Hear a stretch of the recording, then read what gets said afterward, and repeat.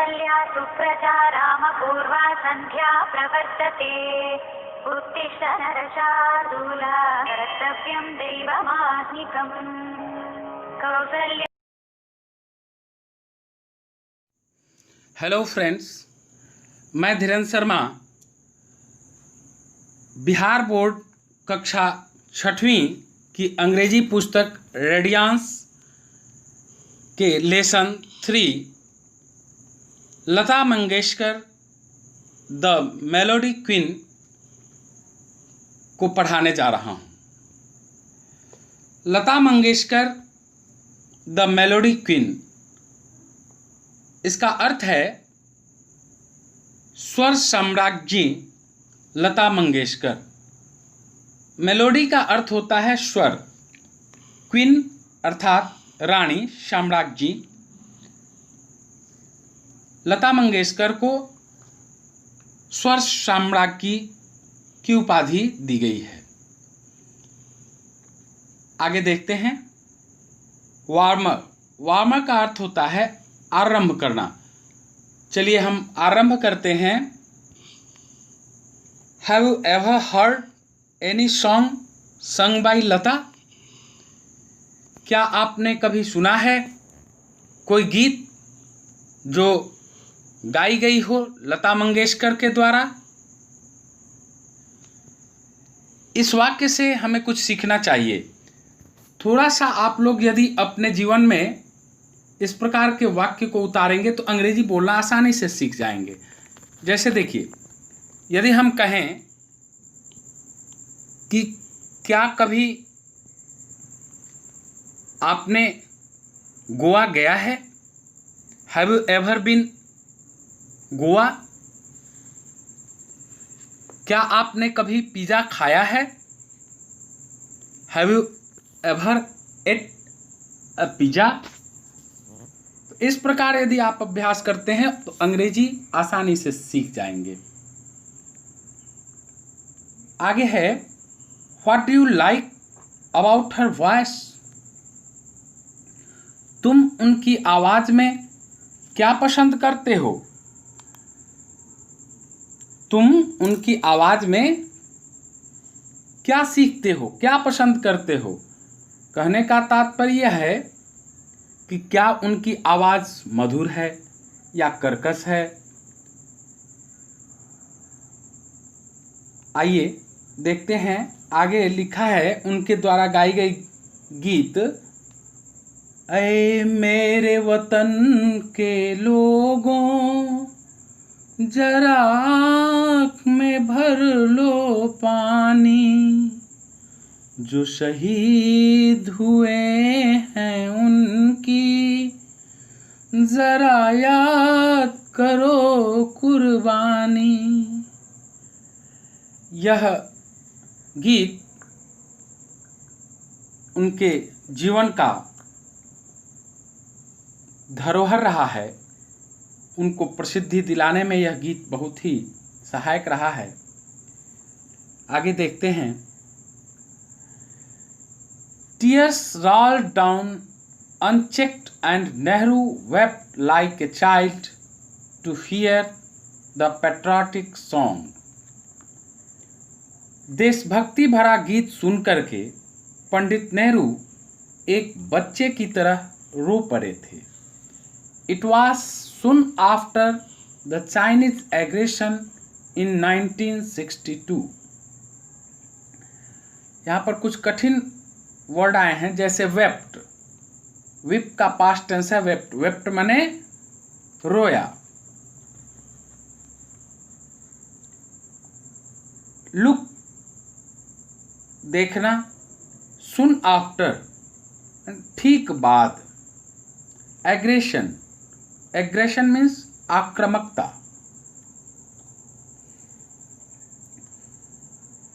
It was soon after the Chinese aggression in 1962. यह बात सन 1962 की है, ठीक चीनी आक्रमण के बाद की। एग्रेशन मीन्स होता है आक्रमण, आक्रामकता। लता's song immortalized the heroic deeds of our soldiers who sacrificed their life for the country. यहाँ पर एक शब्द आया है इमोर्टलाइज. मोर्टल मनी होता है मरणशील, उसी से बना है इमोर्टल. इम प्रीफिक्स लग गया. इमोर्टल अर्थात अमर होना. लता के गाने ने अपने देश के लिए अपने प्राणों का बलिदान करने वाले वीर भारतीय सैनिकों की बहादुरी भरे कारनामों को अमर कर दिया था. Immortalise the heroic डिड्स. हेरोइक माने वीरतापूर्ण, डिड्स माने कार्य, काम. आगे देखते हैं. Since then, this song has become the epitome of the patriotic song. यहाँ ये शब्द आया है एपिटमी. एपिटमी माने साकार रूप. Since then, this song has become the epitome of the patriotic song. Patriotic माने देशभक्ति. इस वाक्य का अर्थ हुआ उसी समय से यह गीत देशभक्ति के गीतों का साकार रूप बन गया है, एक शानदार प्रतीक बन गया है. अगले पैराग्राफ में देखते हैं. Lata Mangeshkar the singer of ऐ मेरे वतन इज निकनेम्ड स्वर साम्राज्ञी अर्थात मेलोडी क्वीन एंड स्वर कोकिला. लता मंगेशकर जिन्होंने ऐ मेरे वतन के लोगों गीत को गाया है, उन्हें स्वर साम्राज्ञी और स्वर कोकिला का उपनाम दिया गया है. She was born on 28th September 1929 in Maharashtrian family residing in Indore in Madhya Pradesh. उनका जन्म 28 सितंबर 1929 को मध्य प्रदेश के इंदौर नामक शहर में निवास करने वाले एक महाराष्ट्रियन परिवार में हुआ था. Her father Dinanath Mangeshkar was himself a noted classical singer and theatre artist. उनके पिता दीनानाथ मंगेशकर स्वयं एक जाने माने शास्त्रीय गायक. क्लासिकल का अर्थ होता है शास्त्रीय, तो क्लासिकल सिंगर थे अर्थात शास्त्रीय गायक थे और रंगमंच के कलाकार थे. थिएटर माने रंगमंच होता है. Her mother's name was Sudhamati. उनके माँ का नाम था, सॉरी सुधामती नहीं है, ये शुद्धमती है. उनकी माँ का नाम था शुद्धमती.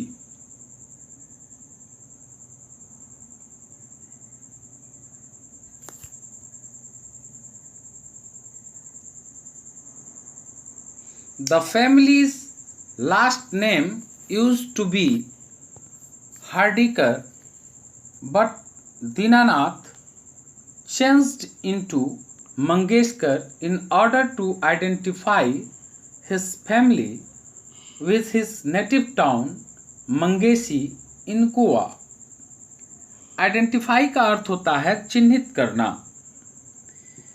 इस परिवार का आखिरी नाम हार्दिकर हुआ करता था, किंतु दीनानाथ ने अपने जन्म के शहर की याद बनाए रखने के लिए इसे हार्दिकर से मंगेशकर में बदल दिया, जो कि गोवा में था. मंगेशी नाम का एक शहर था. लता was named हृदया at her birth. जन्म के समय लता का नाम हृदया था.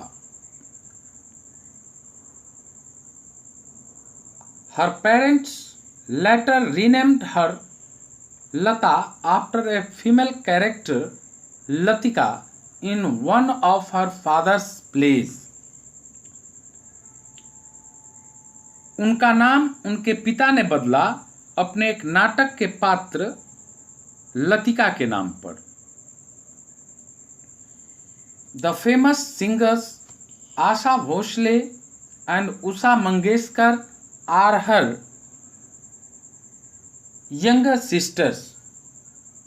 प्रसिद्ध गायिकाएं आशा भोसले और उषा मंगेशकर उनकी छोटी बहनें हैं.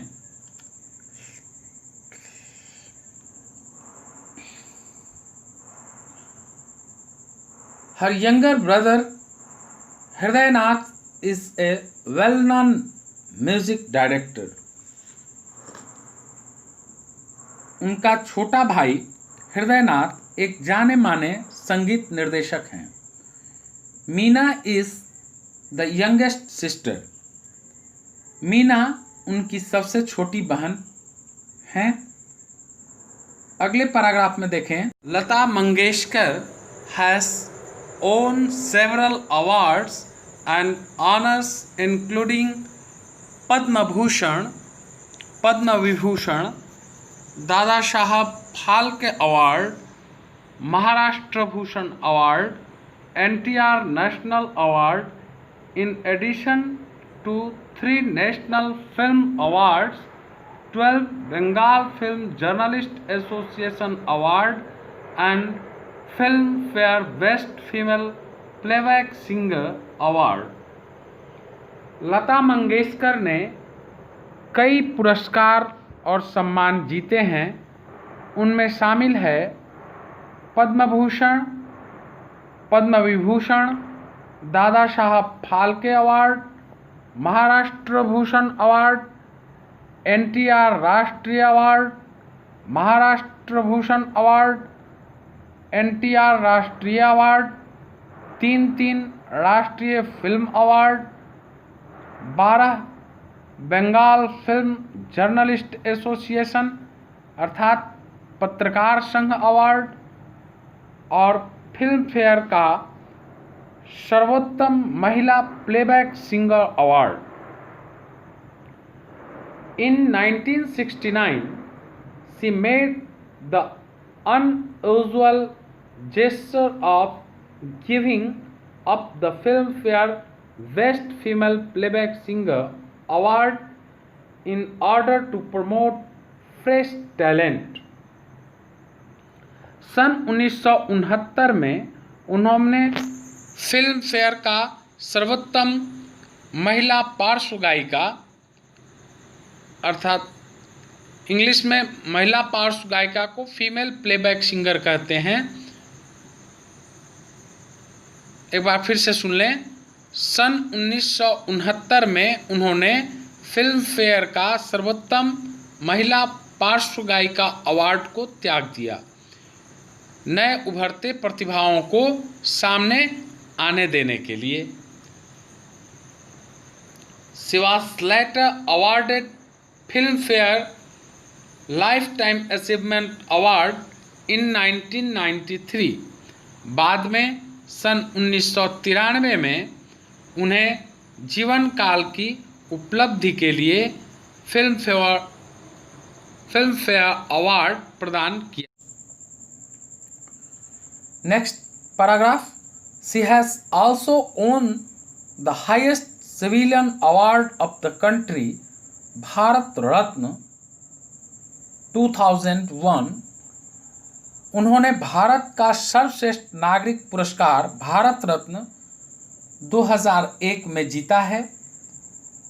Our country is proud of her and she stands as guiding principle for our young budding vocalist. हमारा देश उन पर गर्व करता है और वह उभरते हुए गायकों के लिए आदर्श की मूल आत्मा हैं, अर्थात एक आदर्श हैं जिनका सम्मानजनक स्थान हमेशा बना रहेगा। इस पाठ का अर्थ समाप्त होता है। आप सबों से मेरा आग्रह है कि यदि मेरा वीडियो आपको अच्छा लगा हो तो आप इसे सब्सक्राइब करेंगे मेरे चैनल को, और मेरे वीडियो को अपनों के बीच शेयर करेंगे ताकि अधिकाधिक लोगों को लाभ पहुंच सके। आइए इस पाठ के अंत में कुछ कठिन वर्ड मीनिंग दिए गए हैं, तो मैं आप सबों से निवेदन करूंगा कि इस वर्ड मीनिंग को अपने नोटबुक में लिख लेंगे। बीच बीच में जो मैंने बताया है उसे भी वीडियो को पॉज करके अपने नोटबुक में लिख लेंगे और याद करेंगे। जितना वर्ड पावर आपका बढ़ेगा, आप अंग्रेजी उतना ही जल्द बोलना, लिखना, पढ़ना सीख लेंगे। मेरे वीडियो में बने रहने के लिए एक बार फिर से आप लोगों को धन्यवाद। जय हिंद, जय भारत।